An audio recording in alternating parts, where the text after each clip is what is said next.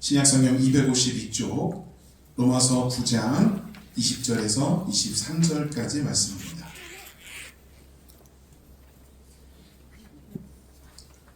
저 한 절씩 교독하겠습니다. 제가 먼저 읽겠습니다. 이 사람아, 내가 누구이기에 감히 하나님께 반문하느냐? 지음을 받은 물건이 지은 자에게 어찌 나를 이같이 만들었느냐 말하겠느냐?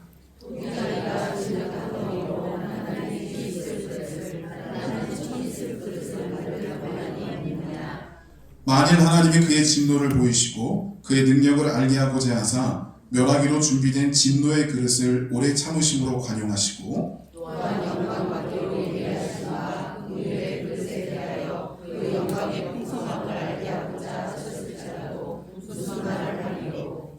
아멘. 할렐루야. 자, 우리 옆에 분하고 인사해 보시길 바랍니다. 주의 사랑으로 사랑합니다. 하나님 우리와 함께 하십니다. 여러분 사랑합니다. 사랑합니다. 네, 감사합니다. 하나님은요, 우리의 주인이세요. 그렇죠? 그래서 그 주인 되신 하나님이 우리에게 어떤 일을 이루시든 그건 가하죠. 근데 우리가 하나님을 주인으로 인정할 때 그 하나님께서 우리에게 어떤 일을 하시는 그 과정 가운데 우리는 그 하나님 앞에 항변하거나 대들거나 의문을 풀 수 있는 자격이 없다라고 하는 거예요. 그럼 이게 바로 하나님의 주권이세요. 그래서 오늘 본문 20절에서 23절까지의 내용은요, 그 하나님의 주권을 밝혀주고 있는데, 특별히 22절과 23절에 보시면 이 사도 바울은 그 하나님의 주권에 대해서 조금 더 구체적으로 밝혀주고 있어요. 자, 제가 다시 한번 22절, 23절을 봉독해 보겠습니다.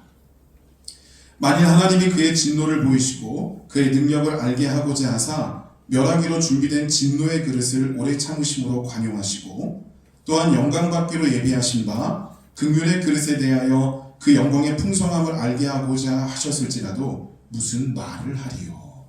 아멘. 여러분, 이게 하나님의 주권이에요.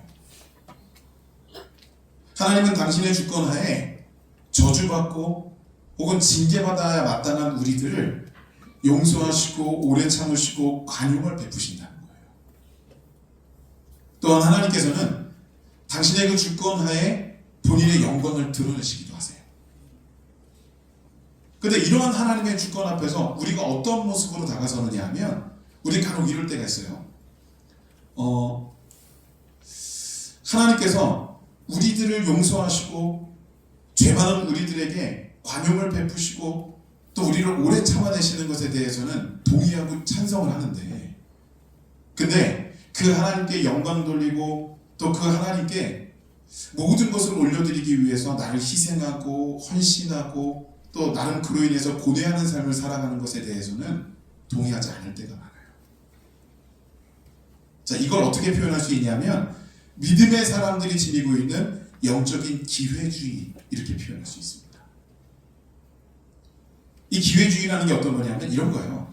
하나님이 우리와 함께 하신다, 하나님이 살아계신다 라고 하는 것을 의식해서 하나님께 요구사항이 늘어나는 거죠. 하나님이 살아계시니까, 하나님이 나를 사랑하시니까 라는 의지로 하나님께서 내게 해주셔야 될 것이 점점 늘어나야 된다고 생각하는 거예요. 근데 내가 하나님께 드려야 되는 것에 대한 의식은 점점 축소가 되는 거죠. 자, 이러다 보면 우리 안에 우리가 겪고 있는 모든 환경과 조건 속에서 이런 생각을 갖게 되기 쉽습니다. 하나님이 살아계신데 왜 이럴까? 라고 하는 거죠. 하나님이 살아계신데 왜 질병이 생겨서 사람들이 죽어가고, 하나님이 살아계신데 왜 전쟁을 막아주시지 않고, 하나님이 살아계시다고 하는데 왜 자연재해가 일어나서 많은 사람들이 그렇게 고통을 받느냐는 거예요. 믿음의 사람들에게 있는 참 심각한 딜레마일 수 있습니다. 근데요, 이런 상황 가운데에서도 우리가 그래도 안심하고 안도할 수 있는 이유가 있는데, 그게 뭐냐면 하나님께서 우리를 대하시는 기본적인 방식은 사랑이라고 하는 거예요. 하나님이 우리를 너무나도 사랑하시기 때문에 그 사랑하시는 백성인 우리가 고통과 고난 가운데 오래 머물기를 원치 않으세요. 그리고 그 고난 가운데 있을 때 고난으로 시작해서 고난으로 끝나는 그 삶도 원치 않으세요. 그래서 우리 하나님은 우리에게 그 모든 것들을 이길 수 있는 모든 방비책을 마련해 주신다는 겁니다. 여러분, 이게 바로 하나님의 사랑이에요.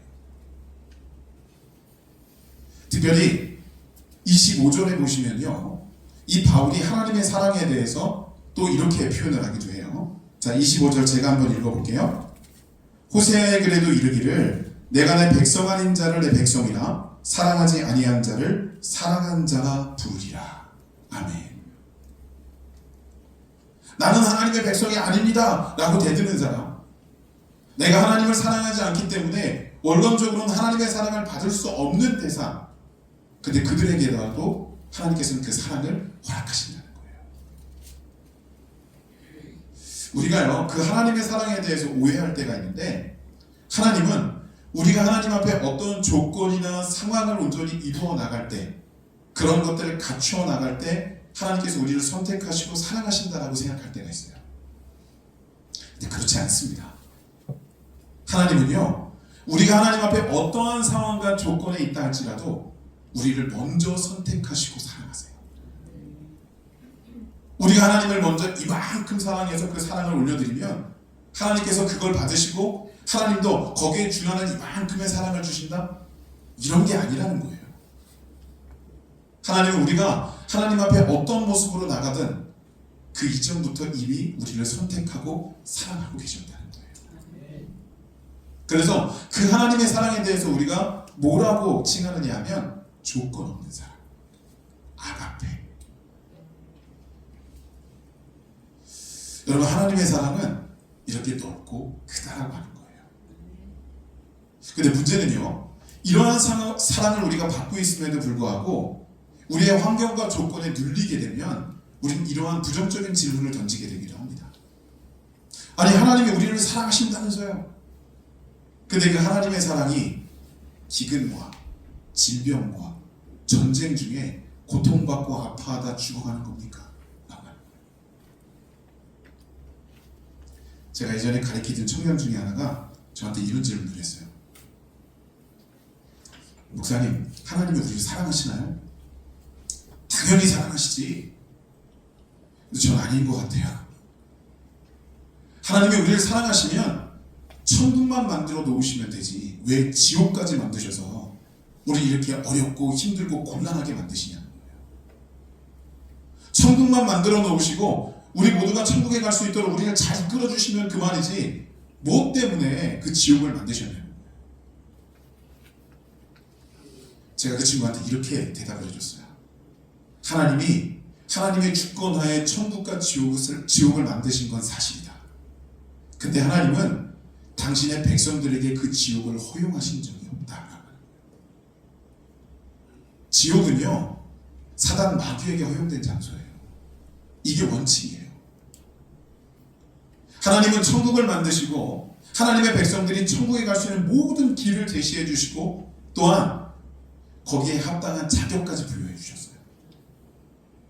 근데 그 자격을 덧입은 하나님의 백성이라고 하는 우리들이 우리 스스로가 그 자격을 박탈하는 거예요. 그리고 사단마귀의 종노릇을 하는 거죠.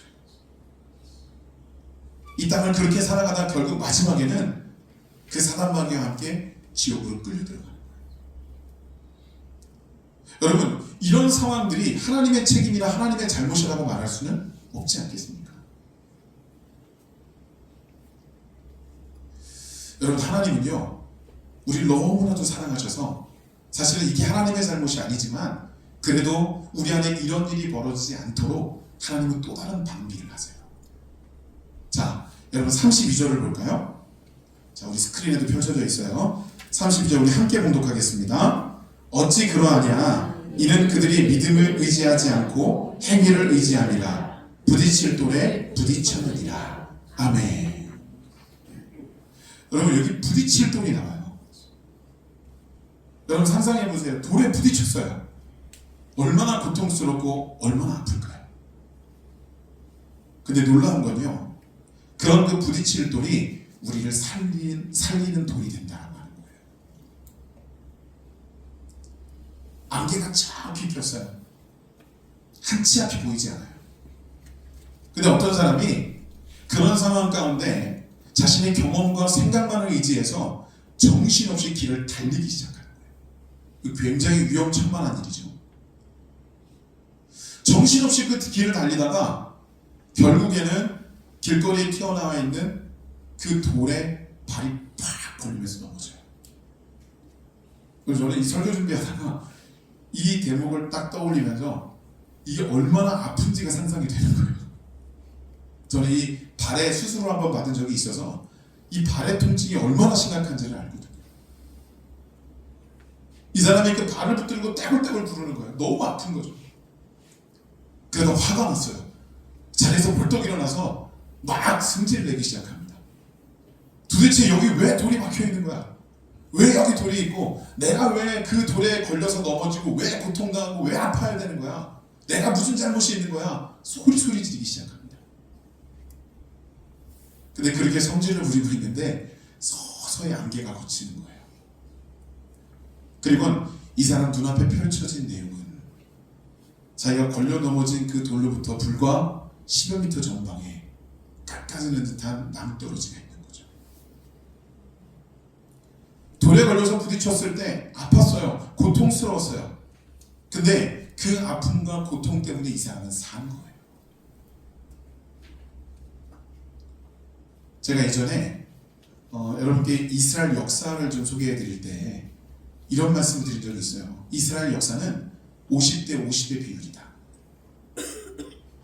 하나님을 경외하며 하나님 앞에 합당히 살아서 축복받았던 역사가 50%, 그리고 하나님을 배격하고 우상 숭배하다 저주받은 그런 역사가 50%. 이게 참 이스라엘 백성들은 그로부터 하나님으로부터 버림받지 않은 게 너무 당연스러운 일이죠. 근데 하나님은요, 그렇게 범죄하고 하나님으로부터 징계의 대상이 되었던 그들을 하나님께서는 버리지 않으시고 그런 상황 가운데에서도 채찍을 들어서라도 이들을 하나님으로 또 하나님의 거룩한 길로 이끌게 하셨다는 거예요. 하나님께서 그 채찍을 드셨을 때 성경 어디에도 하나님은 그 상황을 즐기시거나 기뻐하시지 않아요. 오히려 아파하시죠. 그럼에도 불구하고 하나님이 그 채찍을 드시는 이유가 뭘까요? 그게 그 백성들이 살 길이기 때문이에요. 하나님은요, 당신의 백성들이 아파하고 고통스러워하는 걸 즐기는 분이 아니에요. 근데 왜 이 32절과 같이 부딪힐 돌을 예비하셨을까요? 그게 살 길이라 그런 거예요. 때로는 내가 원하는 대로 이루어지지 않고 때로는 내가 아픔과 고난을 겪을 때도 있지만 여러분 잠잠히 하나님의 뜻을 구하며 기다려 보십시오. 하나님께서 그 일을 우리에게 이루신 일이 무엇 때문인지가 분명히 밝혀질 것이다 라고 하는 거예요. 물론 내가 범죄해서 당하는 것이라고 한다면, 내가 죄를 짓고 당하는 것이라고 한다면 그건 감내할 수밖에 없죠. 근데 내가 하나님 앞에 바로 세워지고 하나님을 사랑하고 하나님을 경외하는 모습으로 나가는데 나에게 주어진 고난이라면 여러분 그 끝에는 분명히 하나님의 살 길이 열려져 있다는 것을 꼭 기억하시기를 바랍니다. 하나님 우리를 너무나도 사랑하셔서 우리의 살 길, 우리가 나가야 될 모든 방향성들을 이미 예비하시고 방비해 주신다는 거예요. 이스라엘 백성들이요, 이 요셉 시대 이후로 애굽에서 430년을 살아요. 근데 그때 이 이스라엘 백성들이 터를 닦고 살았던 곳이 고센이라고 하는 지역입니다. 근데 그 고센은 원래 이 애굽에서도 그냥 한 변두리의 땅에 불과했죠. 근데 그런 그 고센 땅에 이스라엘 백성들이 정착하여 살면서 하나님께서는 거기에 기름을 부으시고 복을 내리십니다. 그래서 그 고센 땅이 풍요의 땅이 되고 안정의 땅이 되었다라고 하는 거예요. 심지어는 이스라엘 백성들이 출애굽하기 이전에 하나님께서는 모세를 통해서 분명히 그 애굽의 10가지 재앙을 이루시거든요. 근데 10가지 중에 9가지 재앙이 이 고센 지역을 비껴서 나가요. 하나님께서 보호하시는 거예요. 물론 마지막에 10번째 장자의 죽음의 재앙은 이스라엘 백성들에게도 속한 것이 되도록 만드셨어요. 근데 그마저도 하나님께서는 미리 예고하시고 방비해 주셨다라고 하는 겁니다. 여러분, 하나님께서 우리를 얼마나 사랑하시는지를 좀 기억하셔요. 그래서 우리는 그 하나님 앞에 좀 더 거룩하고 정결하고 경건한 모습으로 세워져 있어야만 한다라고 하는 겁니다. 하나님이 우리 주인 되신다라고 하는 것을 분명하게 인정하고 그분의 뜻을 인정하며 나아갈 때, 그때 비로소 우리는 그 하나님께서 주시는 살 길을 경험하게 되고 또한 삶의 축복을 경험하게 된다라고 하는 거예요. 여러분, 하나님 우리의 주인이십니다. 그 주인 되시는 그분께서 우리에게 베풀어 주시는 은혜, 또 베풀어 주시는 사랑, 여러분 이 모든 것들을 충분히 받아 누릴 수 있는 저와 여러분들이 될 수 있기를 간절히 축원합니다. 우리는 하나님을 아버지라고도 고백하잖아요. 아버지는요, 자녀가 때로는 아픔이 있고 어려움이 있다 할지라도 그 자녀가 그걸 이겨낼 수 있도록 끝까지 그 자녀와 함께하는 대상이다라고 하는 거예요. 하나님을 아버지로 고백하시려거든 여러분 그 하나님 아버지의 그 이미지를 분명히 우리 마음에 새길 수 있기를 간절히 소망합니다. 하나님과 함께하는 우리들, 하나님 안에서 모든 어려움과 또 모든 역경을 극복할 수 있는 우리들, 하나님이 우리의 살 길을 예비하실 때 그 살 길을 명확하게 받아 누릴 수 있는 우리들, 우리 모든 영등포의 가족들이 되시기를 주님의 이름으로 축원합니다. 기도하시겠습니다. 거룩하신 하나님 감사합니다. 우리는 오늘 이 시간에도 하나님께서 우리를 얼마나 사랑하시는지를 말씀을 통해 내내 깨닫습니다. 그럼에도 불구하고 때로는 하나님을 벗어나고 때로는 하나님을 나몰라라 했던 우리들의 모습이지만, 그러나 이 시간 우리가 주께로 돌아오길 원합니다. 하나님 앞에 온전히 세워져 주께서 주시는 살 길과 축복된 삶을 누리는 신실한 하나님의 자녀요 백성들 모두가 될 수 있도록 인도하여 주시옵소서. 이 시간에도 하나님만을 바라는 우리 귀한 영등포의 가족들 모두에게 하나님의 거룩한 축복과 은혜가 넘칠 줄 믿사오며 예수님의 이름으로 기도드렸습니다. 아멘.